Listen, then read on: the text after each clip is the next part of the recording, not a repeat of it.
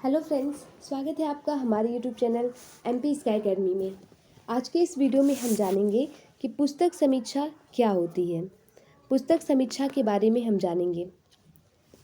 तो आप लिखेंगे, पुस्तक समीक्षा लिखकर आप किसी पुस्तक पर अपने विचार प्रकट कर सकते हैं कि वह अच्छी है या बुरी है, या पुस्तक को लेकर आपके क्या अनुभव हैं।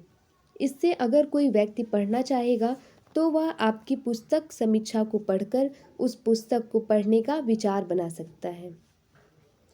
अर्थात ये हुआ कि आप कोई भी पुस्तक पढ़ लेते हैं और पढ़ने के बाद जो आप बताते हैं कि पुस्तक कैसी है, आपका जो अनुभव होता है कि इस पुस्तक के बारे में अच्छी है बुरी है, इसके बारे में जो आप बताते हैं, शॉर्ट में, छोटे में, संक्षिप्त में बताते हैं, वही होती है पुस्तक समीक्षा।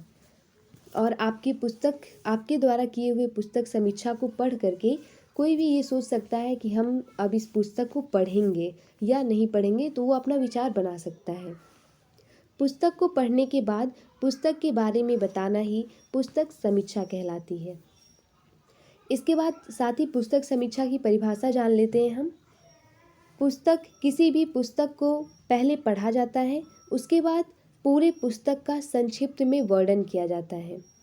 पुस्तक को पढ़ने के बाद पुस्तक के बारे में संक्षिप्त में बताना ही पुस्तक समीक्षा कहलाती है।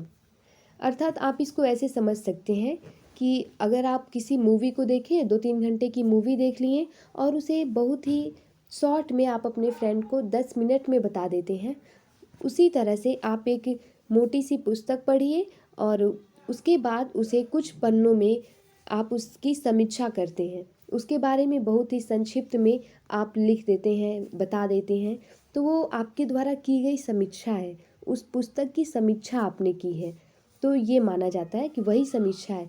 यानी कि आप किसी पुस्तक को पढ़ें और उसके बारे में आप अपने अनुभव को बहुत ही संक्षिप्त में बताते हैं, तो वही होती है पुस्तक समीक्षा।